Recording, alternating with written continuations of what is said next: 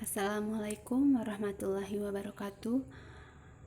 Bertemu lagi dengan saya Aprilia Gita Indriana Handayani dari kelas 3A S1 Farmasi.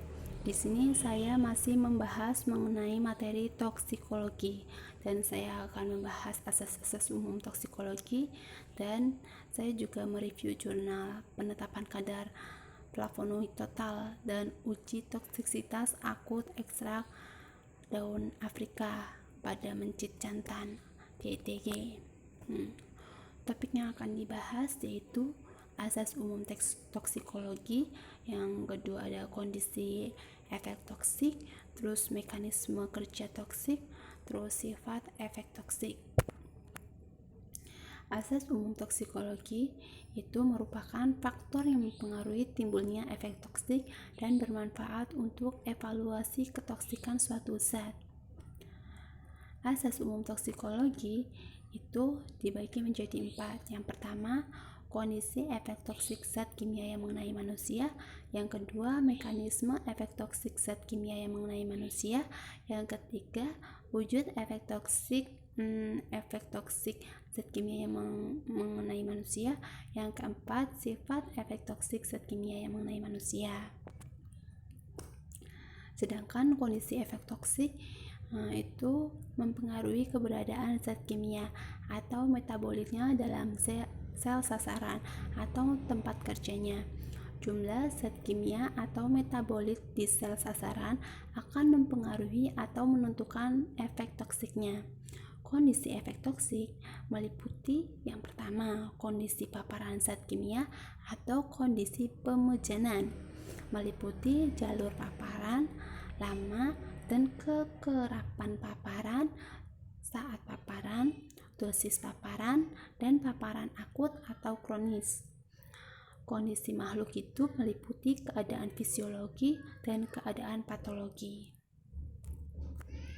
Sedangkan mekanisme efek toksik itu dibedakan menjadi 3. Yang pertama, berdasarkan sifat dan tempat kejadiannya. Yang kedua, risiko penempatan racun di dalam gedung penyimpanan tubuh. Yang ketiga, interaksi antara racun dan tempat aksinya. Sifat efek toksik itu dibedakan menjadi 2, yaitu efek toksik terbalikan dan efek toksik tak terbalikan. Efek toksik terbalikan itu mempunyai ciri yang pertama, bila kadar racun yang ada dalam tempat aksi atau reseptor tertentu telah habis, maka reseptor tersebut akan kembali ke semula. Yang kedua, efek toksik yang ditimbulkan akan cepat kembali normal. Yang ketiga, ketoksikan racun tergantung pada takaran serta kecepatan absorpsi, distribusi, eliminasi dari racunnya. Sedangkan efek tak terbalikan itu mempunyai ciri yang pertama, kerusakan yang terjadi sifatnya menetap. Yang kedua, pemejanan berikutnya dengan racun akan menimbulkan kerusakan yang sifatnya sama, sehingga memungkinkan terjadinya penumpukan efek toksik. Yang ketiga, pemejanan dengan takaran yang sangat kecil dalam jangka panjang akan menimbulkan efek toksik yang seefektif dengan yang ditimbulkan oleh pemejanan racun dengan toksikan besar dalam jangka panjang.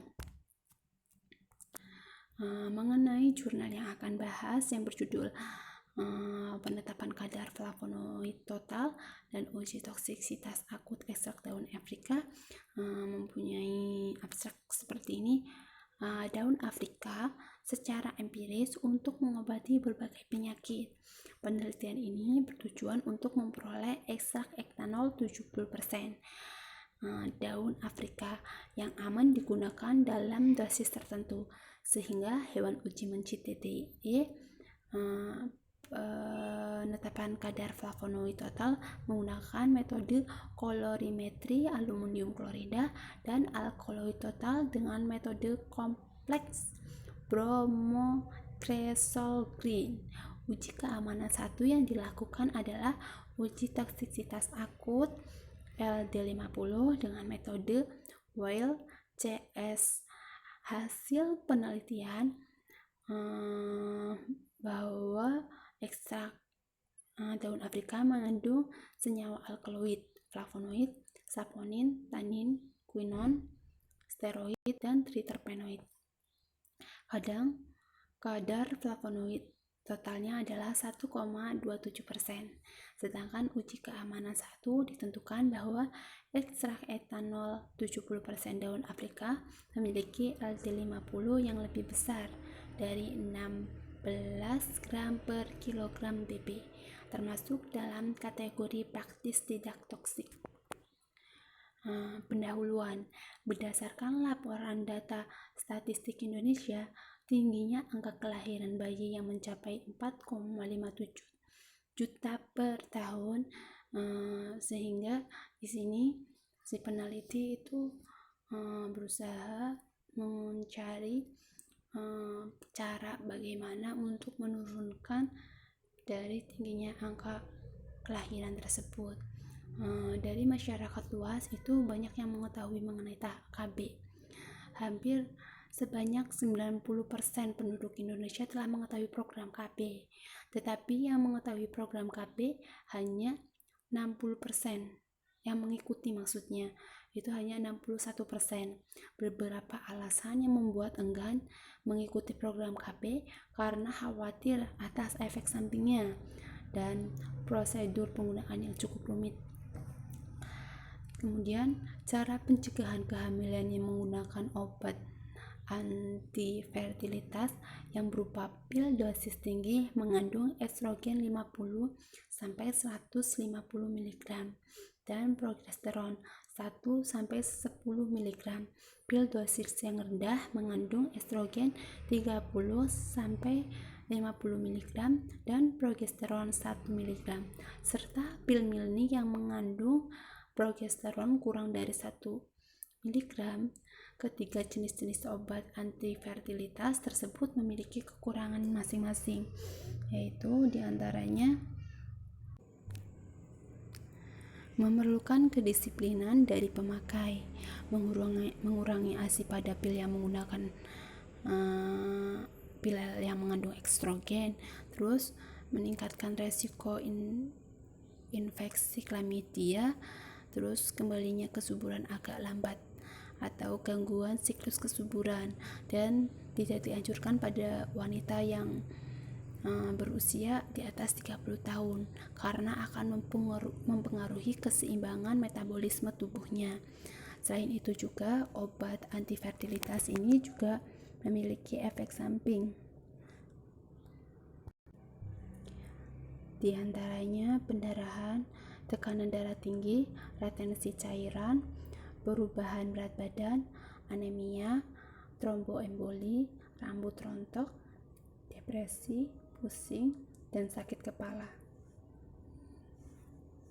Penggunaan obat antifertilitas oral yang umumnya memiliki kontraindikasi dengan pengguna yang memiliki penyakit hipertensi, diabetes, dan hiperkolesterolemia, sehingga tidak semua orang dapat menggunakan obat antifertilitas.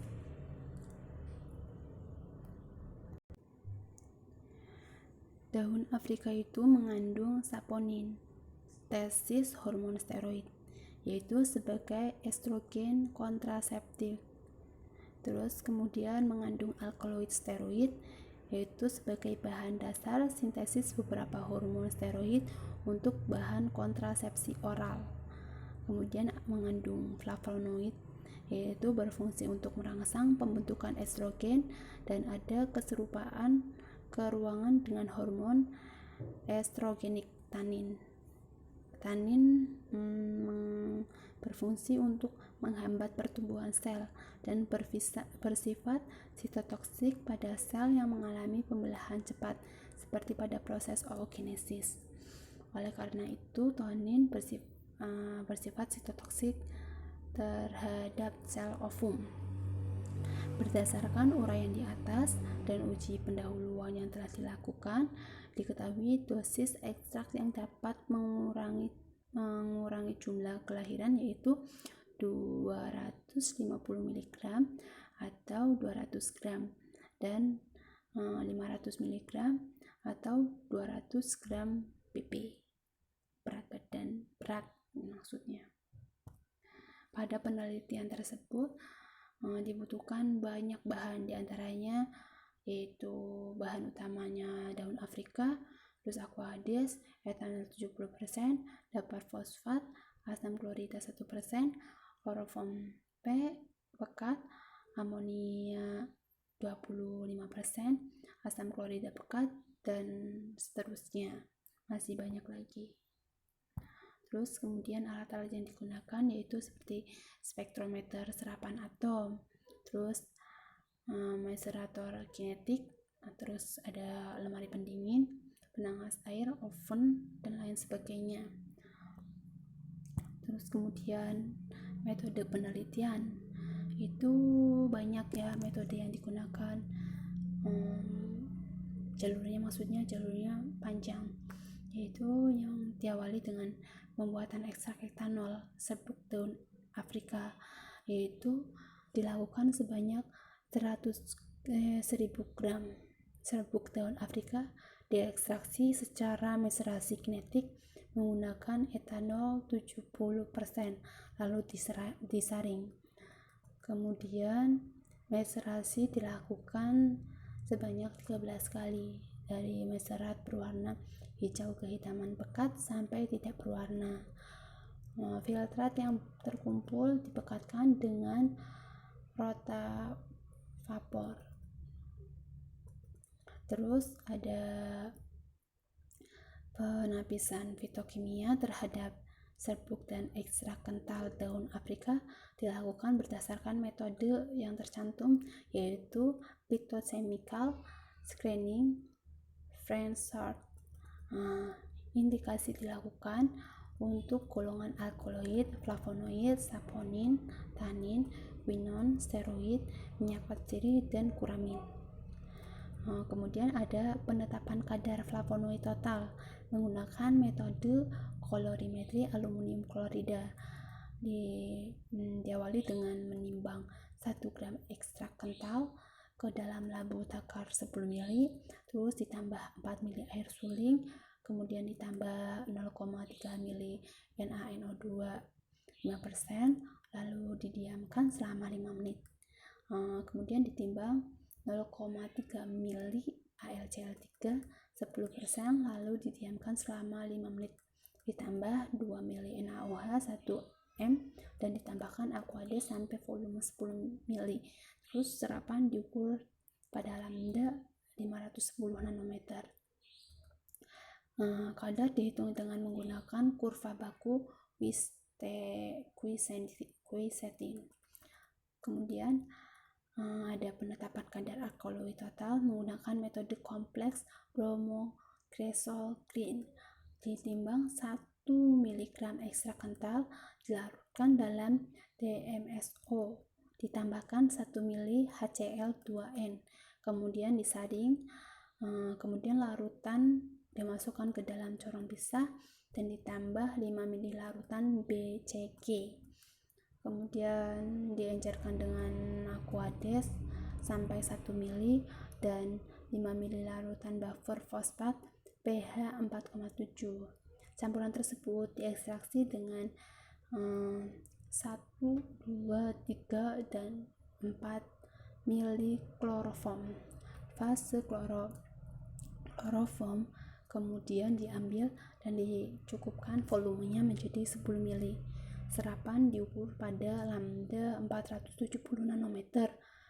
Kadar alkaloid total dihitung dengan menggunakan kurva baku. Kemudian uji toksisitas akut dilakukan dengan memberikan ekstrak daun Afrika dosis tunggal tertentu, kemudian diambil gejala toksik dan kematian yang terjadi selama 24 jam untuk melihat pengaruh pemberian ekstrak daun Afrika. Tahap 1 menggunakan 4 kelompok mencit yang terdiri dari 5 ekor mencit jantan pada masing-masing kelompok. Kemudian dosis satu kelompok dengan kelompok lainnya memiliki kelipatan 2, yaitu kelompok 1 menerima 16 gram per kilogram Dp mencit, kemudian kelompok 2 menerima 8 gram per kilogram Dp mencit, kemudian kelompok 3 menerima 4 gram per kilogram pp mencit, dan kelompok 4 menerima 2 gram per kilogram pp mencit. Kemudian ada uji toksisitas akut. Yang pertama yaitu ekstrak standar daun Afrika dilakukan dengan metode WLCS dengan menggunakan mencit jantan galur DTY sebagai hewan pencobaan melalui jalur pemberian oral, dan jumlah kematian dihitung setelah 24 jam. Perhitungan dinilai LD50 dilakukan menggunakan tabel biometrik dan Whale. Selama penelitian dilakukan pengamatan selain jumlah kematian mencit, yakni perubahan perilaku, perubahan fisik, penurunan nafsu makan dan minum, terus penurunan aktivitas motorik, dan perubahan fisik yang diamati secara kerusakan bulu atau rontok, dan kulit itu seperti pucat, kemerahan, terus melepuh, seperti itu. Terus perubahan perilaku yang diamati seperti gerakan menjilat, terus menggaruk, tremor, dan menggeliat. Kemudian hasil yang didapat pada pengukuran serapan dan penerapan kadar flavonoid total yaitu pada sampel 1, 2, dan 3. Berat sampel masing-masing yaitu 30,72, 10,72, 10,7210, terus ekstrak yang kedua yaitu 30,7146, terus yang ekstrak ketiga yaitu 30,7129. Sedangkan serapan sampel dengan ALCL3 pada ekstrak 1 0,1281, pada ekstrak 2 0,1284, yang ketiga yaitu 0,1276. Sedangkan tanpa ALCL3 ekstrak 1 0,0146, ekstrak 2 0,0109, yang ekstrak ketiga yaitu 0,0132. Sedangkan serapan BP dengan ALCL3 yaitu ketiga ekstraknya sebanyak 0,4700. Terus kemudian tanpa ALCL3 yaitu 0,0876. Kemudian ada kadar flavonoid totalnya yaitu masing-masing flavonoid totalnya jika dirata-rata langsung ya itu 1,27. Kemudian pada hasil penapisan fitokimia serbuk simplicia dan ekstrak daun Afrika yaitu dari alkaloid, flavonoid, saponin, tanin, quinon, steroid, minyak atsiri, dan kumarin, hampir sebagian besar hasilnya yaitu positif. Namun yang negatif itu hanya kumarin dan minyak atsiri. Kemudian pada tabel pengamatan uji toksisitas akut yaitu pada kelompok 1, 2, 3, dan 4 masing-masing pada jam 1, jam ke-3, jam ke-6, dan jam ke-24. Yang mengalami kerusakan bulu itu hampir semua kelompok itu tidak terjadi kerusakan bulu, sedangkan kerusakan kulit hampir semuanya itu malah bahkan semuanya itu tidak terjadi kerusakan kulit. Untuk penurunan aktivitas motorik hampir sebagian besar tidak ada, tapi pada kelompok keempat yaitu pada jam ketiga, jam ke-6, jam ke-24 itu mengalami penurunan aktivitas motorik. Kemudian ada penurunan nafsu makan dan minum hampir semuanya, hanya satu pada kelompok keempat yaitu jam ke-6. Kemudian keterangan dari kelompok 1, 2, dan 3 keadaan aktivitas motorik normal. Sedangkan pada kelompok keempat, gerakan melambat diam dan menyendiri, gelisah dan kebingungan.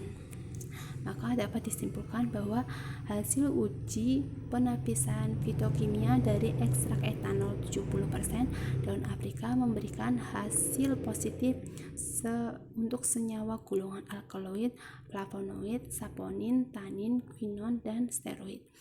Kadar flavonoid total yang diperoleh adalah 1,27%, sedangkan untuk alkaloid total tidak dapat diukur serapannya dengan menggunakan metode kompleks bromo-cresol green. Uji toksisitas akut menunjukkan bahwa ekstrak etanol 70% daun Afrika memiliki LD50 lebih dari 16 gram per kilogram BB, sehingga masuk dalam kategori praktis atau tidak toksik. Terima kasih. Sampai di sini penjelasan dari saya mengenai toksikologi. Kurang dan lebihnya saya mohon maaf. Wassalamualaikum warahmatullahi wabarakatuh.